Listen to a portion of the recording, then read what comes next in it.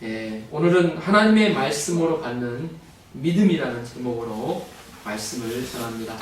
오늘 본문 말씀을 같이 한번 읽어보도록 하겠습니다.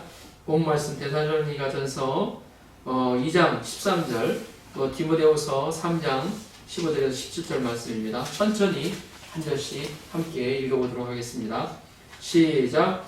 이러므로 우리가 하나님께 끊임없이 감사하노니 너희가 우리에게 들은 바 하나님의 말씀을 받을 때 사람의 말로 받지 아니하고 하나님의 말씀으로 받음이니 진실로 그러하도다. 이 말씀이 또한 너희 믿는 자 가운데서 역사하느니라. 또 어려서부터 성경을 알았나니 성경은 능히 너로 하여금 그리스도 예수 안에 있는 믿음으로 말미암아 구원에 이르는 지혜가 있게 하느니라.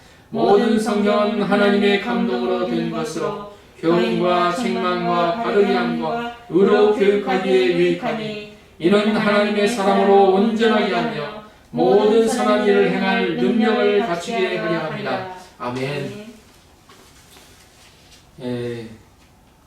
미국에 지금 한참 미국의 선거가 대통령 선거가 있어서 아직 결론은 나지는 않았지만 여러분들이 잘 아시는 대통령 에이브라함 링컨을 아시고 계실 겁니다. 에이브라함 링컨은 이런 말을 했습니다. 성경은 하나님이 인간에게 주신 가장 최고의 선물이다라는 말을 했습니다. 그의 인생에 굴곡은 많았지만 또 고난도 많았지만 실패도 많았지만 그의 인생이 높임받고 위대하게 쓰임받을 수 있었던 이유가 바로 성경 최고의 선물로 여기고 그걸 또 사랑하였기 때문이라고 생각이 됩니다. 오늘 데살로니가 전서를 보면 데살로니가 성도들을 향한 사도 바울의 칭찬이 아주 많이 나옵니다.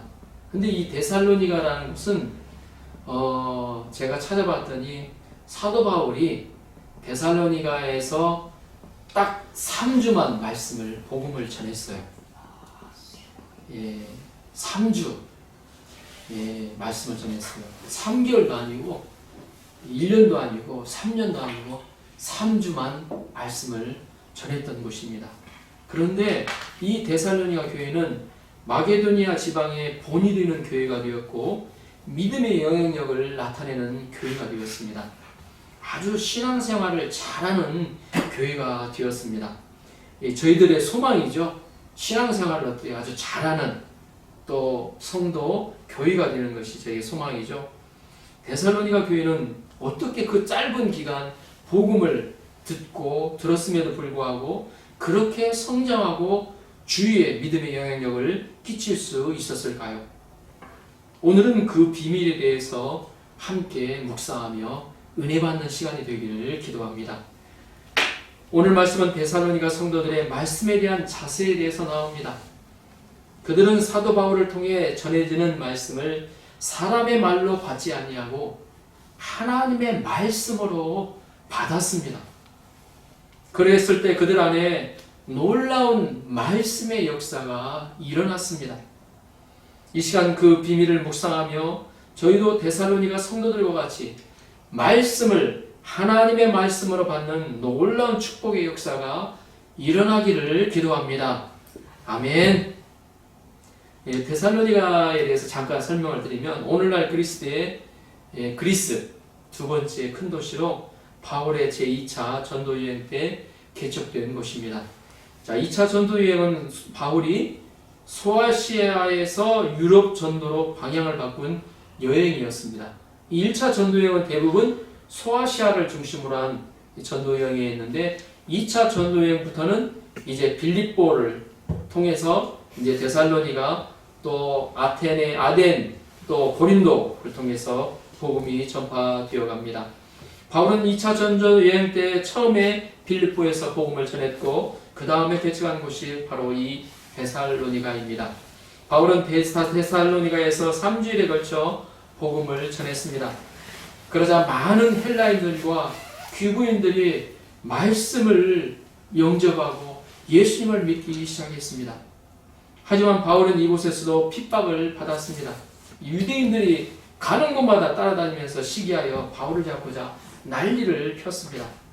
바울은 이들의 핍박을 피하여 밤에 도망가 베레아에 가서 다시 복음을 전하고 또 베레아에서는 아테나로 복음을 전하러 갔습니다. 그런데 데살로니가 성도들이 걱정이 된 거예요. 그들을 위해서 굳게 세우려고 데모데를 파송을 합니다. 바울이 아덴에서 복음을 전한 후에 고린도에 갔을 때 이 디모데가 돌아와서 데살로니가 교인들의 소식을 전해주었습니다. 바울은 그 데살로니가 성도들의 소식을 듣고 나서 너무나도 기뻤던 것입니다. 바울은 고린도에서 데살로니가 성도들을 격려하고 그들의 신앙의 문제점들을 돌봐주기 위해서 이 편지를 썼습니다. 자, 13절을 보십시오. 13절 같이 한번 읽어보겠습니다. 13절 시작. 이러므로 우리가 하나님께 끊임없이 감사함은 너희가 우리에게 들은 바 하나님의 말씀을 받을 때에 사람의 말로 받지 아니하고 하나님의 말씀으로 받음이니 진실로 그러하도다. 이 말씀이 또한 너희 믿는 자 가운데에서 역사하느니라. 아멘. 사도 바울은 하나님께 끊임없이 감사한다고 하였습니다. 계속해서 감사한다는 것입니다. 왜 그럴까요? 그 감사의 이유가 무엇이죠? 이는 데살로니가 성도들이 사도 바울이 전한 말씀을 하나님의 말씀으로 받았기 때문이라고 합니다. 사람의 말로 받지 않고 하나님의 말씀으로 받았다는 것입니다. 사도 바울은 유대인으로서 그들과 같은 인간이요 한 사람에 불과합니다. 그들과 다를 것이 없는 인간입니다. 그러나 데살로니가 성도들은 사도 바울을 인간적으로 대하지 않았다는 것입니다. 전설에 의하면 사도 바울은 인간적으로 볼품없는 사람이었습니다. 자기 자신을 표현할 때는 굉장히 훌륭한 사람이었어요. 근데 그들을 실제적으로 말씀을 전할 때의 모습은 그렇게 좋은 모습, 볼품없는 모습이었다는 거죠. 직업도 천막을 만드는 그리 좋은 직업 일을 하고 있었고 또 외모도 잘생긴 것도 아니고요. 더구나 말을 유창하게 하지도 않았습니다. 우리가 복음을 전하면 우리 목사들도 그러잖아요. 좀 잘생기고 또 말도 아주 유창하게 아주 막 재밌게 하고 뭐 말을 이렇게 설교를 하다 보면 막 배꼽 잡고 웃고 그러다 보면 어때요? 우리가 말씀이 더 어때요? 잘 전할 것 같잖아요. 보면 또 그래요. 존경할 수도 있고. 그러나 사도 바울은 실제적으로 그러한 어때요? 장점들을 별로 가지고 있지 않은 사람이었습니다. 그러나 데살로니가 성도들은 사도 바울을 하나님의 종으로 바라보았습니다. 그가 전하는 말을 사람의 말로 듣지 아니하고 하나님이 주시는 말씀으로 들었다는 것입니다. 그때 어떻게 되었습니까? 말씀이 그들 속에 임재하고 역사하기 시작했습니다. 말씀을 통해서 거듭나고 죄사함을 받는 사람들이 많이 일어났습니다. 말씀을 통해서 질병의 치료를 받고 하나님의 능력을 체험하는 자들이 나오기 시작했습니다. 그들이 사도 바울을 하나님의 종으로 대하고 그 말씀을 하나님의 말씀으로 받았을 때 말씀은 생명력 있게 역사해 갔습니다. 사도 바울은 이를 인해서 항상 하나님께 감사를 드렸습니다. 쉬지 않고 감사했습니다. 목회자에게 있어서 최고의 감사 조건은 바로 이런 것입니다. 자신이 하나님의 말씀의 종으로 쓰임받는 것입니다. 자신을 통해서 성도들이 하나님의 말씀을 받고 그 말씀을 통해서 변화되는 모습을 보는 것이 바로 이 목회자들의 바로 쓰임받는 기쁨이죠. 말씀을 받고 변화받고 행복해지고 더욱이 믿음의 영향력으로 자신을 극복하고 이 세계의 영향력을 끼칠 수 있는 그러한 사람들을 키우는 자로 쓰임받는 것입니다. 우리는 사도 바울이 칭찬한 데살로니가 성도들의 믿음을 통해서 두 가지 중요한 것을 배울 수가 있습니다. 첫째, 말씀을 받는 자세가 중요함을 배울 수가 있습니다. 뭐라고요? 첫째, 말씀을 받는 자세가 중요하다는 것입니다. 우리는 보통 예배 때마다 성경 말씀을 듣습니다. 또 날마다 큐티를 하고 또 말씀을 우리 김원주 집사님처럼 날마다 말씀을 읽는 사람은 날마다 말씀을 접하게 됩니다. 그럴 때 우리가 하나님의 말씀을 듣고 접한다고 생각하는 것과 그저 좋은 말씀을 듣는다고 생각하는 것과는 무슨 차이가 있을까요? 우리는 말씀을 하나님의 말씀으로 받아야 한다는 것입니다. 전하는 자는 사람이 전하더라도, 이 목회자가 전하죠, 목사들이 전하죠, 선교사들이 전하더라도 사람이 전하더라도 하나님이 주시는 하나님의 말씀으로 받아야 한다는 것입니다. 우리가 왜 그래야 할까요? 이는 성경 말씀이 어떻게 기록되었는지를 알면 이해할 수가 있습니다. 디모데후서 3장 15절 17절을 보십시오. 우리 디모데후서 3장 15절 17절, 암송하시는 분들도 많을 텐데 함께 읽어보도록 하겠습니다. 암송하신 분들은 암송하셔도 좋습니다. 자, 읽어보겠습니다. 시작. 또 어려서부터 성경을 알았나니 성경은 능히 너로 하여금 그리스도 예수 안에 있는 믿음으로 말미암아 구원에 이르는 지혜가 있게 하느니라. 모든 성경은 하나님의 감동으로 된 것으로 교훈과 책망과 바르게 함과 의로 교육하기 유익하니 이는 하나님의 사람으로 온전하게 하며 모든 선한 일을 행할 능력을 갖추게 하려 함이라. 아멘. 모든 성경은 하나님의 감동으로 된 것이라고 기록하고 있습니다. 성경은 시대를 달리하여 1500여 년 동안 40명의 저자들을 통해서 기록이 되었습니다. 그렇지만 마치 한 사람이 쓴 것처럼 통일성을 갖고 쓰여졌습니다. 모두가 구원자 예수님에 대해서 말하고 예수님의 십자가 부활을 예언하고 있습니다. 예수님을 통해서 이루어지는 하나님의 나라에 대해서 말씀하고 있습니다. 마치 조금도 빈틈이 없는 퍼즐처럼 기록이 되어 있습니다. 그 퍼즐을 참 또 이렇게 쫙 맞춘 것이 바로 성경입니다. 구약과 신약. 네, 성경을 그렇게 한 책처럼 기록하신 분은 바로 성령님이시라는 것입니다. 성령님은 그 시대마다 하나님의 감동으로 기록된 완전 무오한 하나님의 말씀입니다. 어떻게 성경이 이렇게 하나의 책이 될 수 있었을까요? 성경은 바로 하나님의 감동으로 기록되었기 때문입니다. 여기서 성경이 하나님의 감동으로 되었다는 것은 영감이라는 뜻입니다. 하나님의 감동은 영어로 God breathed. 유나가 보면 좀 발음이 좀 안 좋다고 코멘트 할 수도 있는데 하나님께서 숨을 불어넣었다는 뜻입니다. 그러므로 성경은 하나님의 생명력과 감동력이 있습니다. 인간을 만들고 영을 불어넣어 주셨듯이 그렇게 사람을 통해서 성경을 쓰셨다는 것입니다. 하나님의 특별한 계시로 특별한 사람들에게 영감을 강하게 불어넣어 주셨습니다. 우리는 이 하나님의 감동으로 기록된 성경을 하나님의 말씀으로 받아들여야 한다는 것입니다. 그러면 하나님의 말씀으로 받는다는 것은 구체적으로 어떻게 하는 것을 말합니까? 하나님의 말씀으로 받는다는 것은 내가 배운 지식과 경험 그리고 이 세상의 모든 지식보다 뛰어나다는 것을 인정하는 것입니다. 내 지식과 경험보다도 뛰어나다는 것을 신뢰하는 것을 말합니다.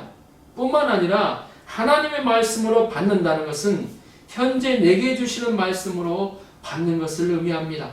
현재 내 문제 가운데, 현재 내 환난과 고난 가운데 하나님이 주시는 말씀으로 영접하는 것을 말합니다. 그래서 어떻게 보면 대개 보면 하나님의 말씀을 자기 말씀으로 이렇게 영접하는 예수님을 인격적으로 만나는 경우를 보면 되게 고난의 때가 그러한 때가 돼요. 그래서 요즘에 고난의 때는 뭐 코로나 시대도 있지만 우리 또 대학 진학을 앞에 두고 있는 우리 유나 희원이 또 마찬가지입니다. 어떻게 될까 이 마음의 불안과 두려움이 항상 교차하면서 지내고 있을 때 그때 무엇을 바라볼 것인가, 무엇을 바라보고 하나님께 기도할 것인가. 하나님, 나에게 기쁨은 어때요? 하나님, 그 하나님께 소원을 고백하는 거예요. 하나님, 만나게 해달라고. 이 어때요? 대학 진학을 통해서 다만 어때요? 좋은 대학에 진학하는 것이 아니고, 물론 이제 좋은 대학에 진학해야겠죠. 그걸 통해서 하나님을 만날 수 있도록, 예수님을 인격적으로 만날 수 있도록 기도해야 한다는 것입니다. 하나님은 온 우주와 지구를 창조하신 창조주가 되십니다. 아무것도 없는 무에서 유를 창조하신 놀라우신 분이십니다. 그뿐만이 아니죠. 그 하나님은 과거의 하나님이십니까? 과거에만 그렇게 하신 분이십니까? 성경에 기록되어 있으니까 과거에는 그렇게 하셨다. 지금은 어떤가요? 과거에만 그렇게 하신 분이 아니라는 것입니다. 그 하나님은 지금도 살아계셔서 이 세상의 모든 것을 주관하시는 분이시라는 것입니다. 그 하나님을 바라보면 내가 현재 살아가고 있는 환경도 너무나도 잘 아시는 분이시라는 것입니다. 나의 성격과 나의 기질과 나의 모든 것을 아시고 인도하시는 하나님께서 말씀을 통해서 내게 주신다고 하신다면 우리가 날마다 주시는 말씀을 받는 자세가 달라질 것입니다. 우리가 현재 내 영혼에 가장 좋은 말씀을 주시는 주님은 분이십니다. 내 영혼이 잘됨 같이 범사에 잘되고 강건하기를 원하시는 주님이십니다. 시편 107편 9절에서 11절은 말씀하고 있습니다. 그가 사모하는 영혼에게 만족을 주시며 줄인 영혼에게 좋은 것으로 채워주심이로다. 사람이 흑암과 사망의 그늘에 앉으며 곤고와 쇠사슬에 매임은 하나님의 말씀을 거역하며 지존자의 뜻을 멸시합니다. 하나님은 하나님의 말씀으로 사모하는 영혼에게 만족을 주시고 좋은 것으로 채워주시는 분이십니다. 여러분 한 분 한 분이 성경 말씀을 하나님의 말씀으로 사모하며 받는 축복이 임하도록 기도합니다. 둘째입니다. 하나님의 말씀으로 받았을 때 그 말씀이 역사하였다는 것입니다. 역사한다는 것은 여기서 그 말씀의 능력이 나타난다는 것입니다. 제 아무리 좋은 씨앗이라도 그 씨앗이 자란 환경이 어떠하냐에 따라서 이 수확량이 달라집니다. 제 아무리 30배, 60배, 100배의 열매를 맺을 수 있는 씨앗이라도 기름진 땅에 떨어지지 않으면 그런 열매를 맺을 수가 없습니다. 기름진 땅에 떨어지지 않으면 또 어때요? 그 열매를 맺을 수 있는 모든 환경이 갖추어지지 않으면 많은 열매를 맺을 수가 없어요. 길가에 단단한 땅이나 바위나 가시떨기 밭에 떨어지면 좋은 열매를 맺을 수가 없습니다. 마찬가지로 하늘나라의 무한한 잠재력을 가지고 있는 말씀이라도 좋은 마음밭에 떨어지지 않으면 그 잠재력과 능력이 나오지 않는다는 것입니다. 우리가 하나님의 말씀으로 받는 것이 말씀을 능력이 나오게 할 수 있는 좋은 토양이 된다는 것입니다. 사도행전에 기록된 고넬료라는 사람이 있습니다. 우리 들어보셨죠? 고넬료. 우리가 잘 알듯이 그는 로마 백부장이었습니다. 어느 정도 사회적으로 출세한 사람이죠. 이런 그가 자기 종을 보내서 사도 베드로를 모셔오도록 간절히 청합니다. 사도 베드로는 유대인의 어부 출신이죠. 인간적으로 생각하면 얼마든지 무시할 수 있습니다. 더구나 어때요? 로마의 식민지 백성이지 않습니까? 자기가 다스리는 식민지였대요.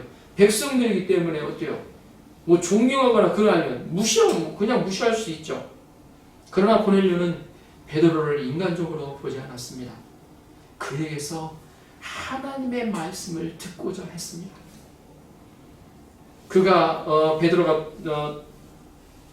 사도 베드로가 도착했을 때 그가 한 말이 이렇게 기록되었습니다. 주께서 당신에게 명하신 모든 것을 듣고자 하여 다 하나님 앞에 있나이다. 베드로가 말씀을 전하자 말씀을 듣는 모든 사람들에게 성령께서 충만히 임하였다고 기록되고 있습니다.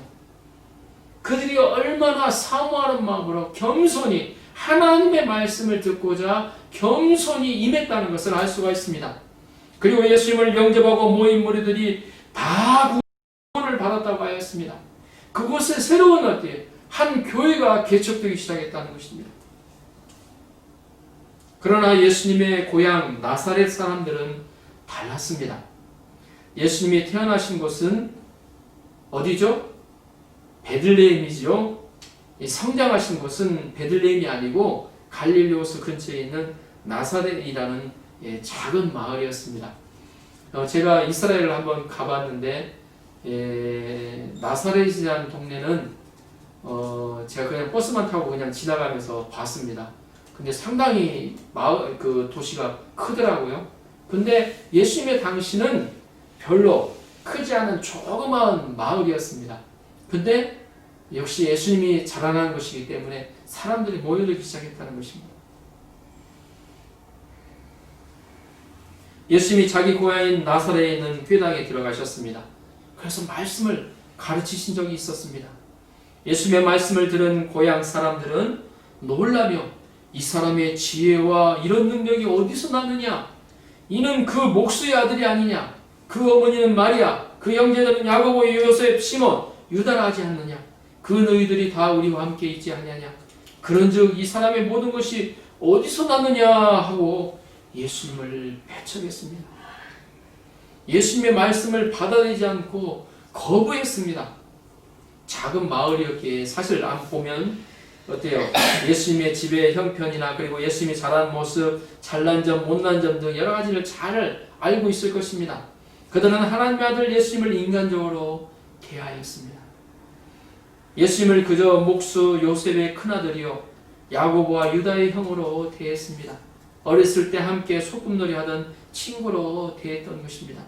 그러자 그 결과 예수님이 그곳에서 많은 능력을 행할 수 없었습니다.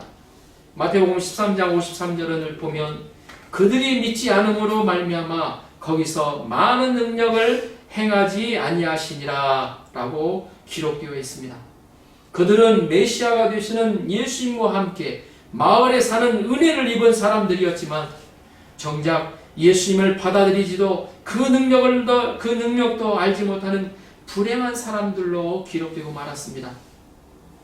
우리가 이를 볼 때 말씀과 가까이 있는 우리 그 목회자, 사모나 자녀들, 또 교회에서 열심히 헌신하며 있는 사람들의 자녀들이 정작 예수님을 받아들이지도 그 능력을 알지 못하는 그러한 시험에 빠지기가 쉽다는 것입니다. 이 말씀을 선포할 때 가장 은혜를 받지 못하는 사람이 목회자 사모라고 합니다. 다른 말로 말하면 목회자의 목표를 어떤 분이 얘기하는데 자기 사모에게 은혜를 주면 그 목회자는 성공한 것이라고 그런 얘기를 합니다.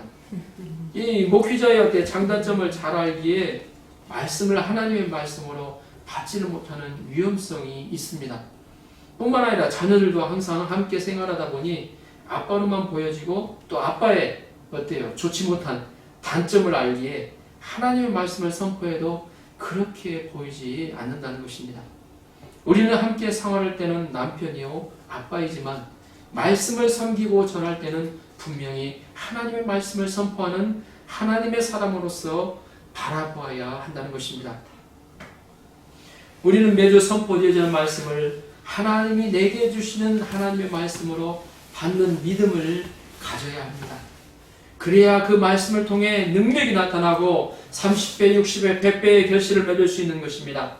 네. 여러분들 안에 데살로니가 성도들처럼 선포되어지는 말씀을 하나님의 말씀을 받아 풍성한 역사가 일어나는 은혜가 넘치시기를 주님의 이름으로 축복하며 기도합니다. 아멘. 다니엘 기도회를 참가하면서 말씀이 인생의 모든 문제의 해결의 키라는 말에 공감이 되었습니다. 특히 앤디 황 교수님의 간증에 공감하게 되었습니다. 저는 대학에만 들어가면 참 행복할 것이라고 생각했습니다. 넓은 잔디밭에서 잔디가 펼쳐진 그 잔디밭에서 여자들과 함께 둘러앉아서 기타 치며 노래하는 모습을 상상할 때마다 가슴이 두근두근 하였습니다. 요즘은 또 어떤지를 모르겠어요. 그때는 캠퍼스에 뭐라고 그래? 환상이라고 할까요? 뭐 그런 게 있었습니다. 근데 요즘에는 모르겠습니다. 어떤지 모르겠습니다. 고참 또 이렇게 칼리지를 다니고 단대를 다니고 이런 그를 다니면 많은 사람과 접할 수 있는 게 아니잖아요, 보면. 근데 우리 유나나 우리 희연이 같은 경우에는 대학에 들어가는 아마 그런 기대라는 게 있지 않을까 하는 생각이 듭니다. 그러나 막상 대학에 입학하고 캠퍼스 생활을 하면서 또 미팅, 소개팅을 하고 요즘에는 뭐 미팅이 뭐 그 유치원에서 한다고 그러더라고요. 예, 서클 MT에 가서 술을 마시고 즐겼지만 제 마음 한구석에는 왠지 모를 텅 빈 것 같은 허무함을 느껴야 했습니다. 우리 앤디 황 우리 교수님이 그랬죠. 왜 이게 뭐지? 예, 그런 표현을 하시더라고요. 아, 이게 뭐지? 예? 뭔가 자기가 어때요? 예, 성공을 이루고 또 사업도 잘 나가고 나중에는 이제 망했다고 그랬지만 사업도 잘 나가고 했는데 왠지 마음에 충족되지 않는 어때요? 집도 구하고 좋은 차도 구하고 했지만 마음에 채워지지 않는 것이 있다는 거예요. 제 마음 한구석에는 왠지 모를 텅 빈 것 같은 허무함을 느껴야 했습니다. 왜? 내가 원하고 기대하고 했던 그런 모든 것들을 다 어때 누리고 즐기고 했는데도 왜 내 마음속에는 어때 더 허무함을 느껴야만 되느냐 이런 것이었죠. 저는 그 이유를 알지 못했습니다. 그런데 성경을 공부하고 날마다 큐티를 하면서 제 안에 그런 허무함이 사라져가는 것을 느낄 수 있었습니다. 이건 어때요?